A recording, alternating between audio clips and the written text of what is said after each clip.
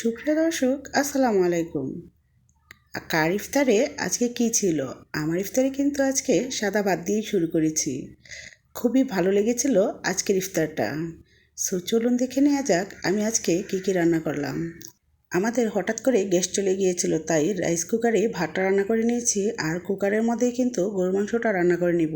এখানে আমি 1 কেজি পরিমাণ গরুর মাংস নিয়েছি। রোজার মধ্যে কিন্তু তরকারি অল্প অল্প করে রান্না করতে হয়, না হলে কিন্তু খাওয়া হয় না। সো এখানে সব ধরনের মশলাই দিয়ে নিলাম, যেগুলো গরুর মাংসতে দেওয়া হয়। স্ক্রিনে দেখলেই বুঝতে পারবেন। এখন সবগুলো একসাথে খুব ভালো করে মাখিয়ে নিচ্ছি।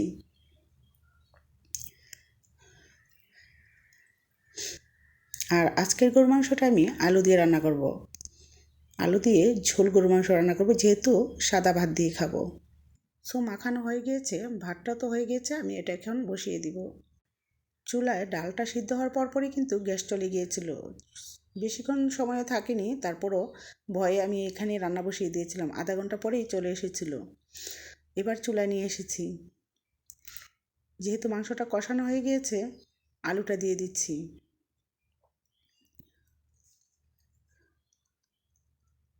এবার একটু নেড়ে চেড়ে পরিমাণ মতো পানি দিয়ে মাংসটা রান্না করে নিলাম। মাংসটা কিন্তু এদিকে রান্না হয়ে যাচ্ছে, আর ওদিকে ডালটাও কিন্তু অনেকটা হয়ে গিয়েছে। আমি এখন ফোড়ন দিয়ে দিচ্ছি ডালের মধ্যে।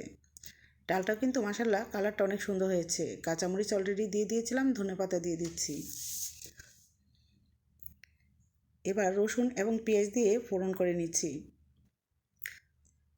ফোড়নের পেঁয়াজ রসুনটা কিন্তু ভাজা হয়ে গিয়েছে, এখন দিয়ে দিচ্ছি ডালের মধ্যে। সারাদিন রোজা রাখার পর ডালটা কিন্তু খেতে খুব ভালোই লাগে। আর আমি ডালটা রান্না করার সময় কিন্তু দিয়ে দিলাম 2টা জলপাই, কারণ আমার কাছে টক ডালটা খুব ভালো লাগে, আর রোজা রেখে তো টকটা একটু ভালোই লাগে। সো ডালটা রান্না কমপ্লিট হয়ে গিয়েছে।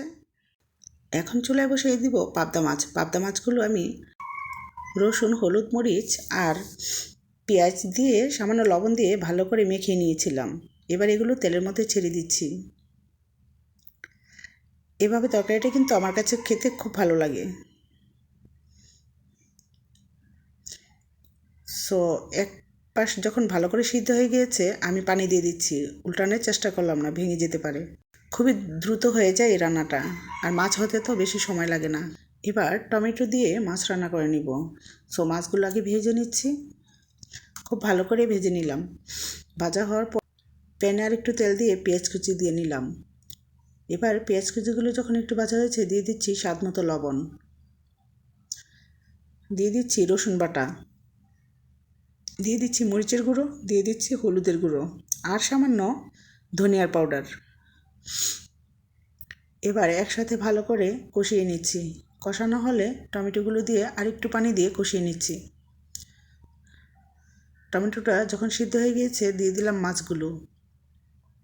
এবার আরেকটু পানি দিয়ে ঢেকে দিচ্ছি।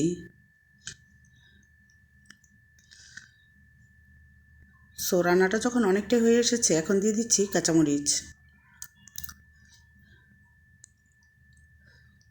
তারপর দিয়ে দিচ্ছি ধনেপাতা। আর একটু সময় ঢেকে দিয়ে বাস হয়ে গেল আমার মাছের ঝোল। এটা খেতে কিন্তু খুব স্বাদ।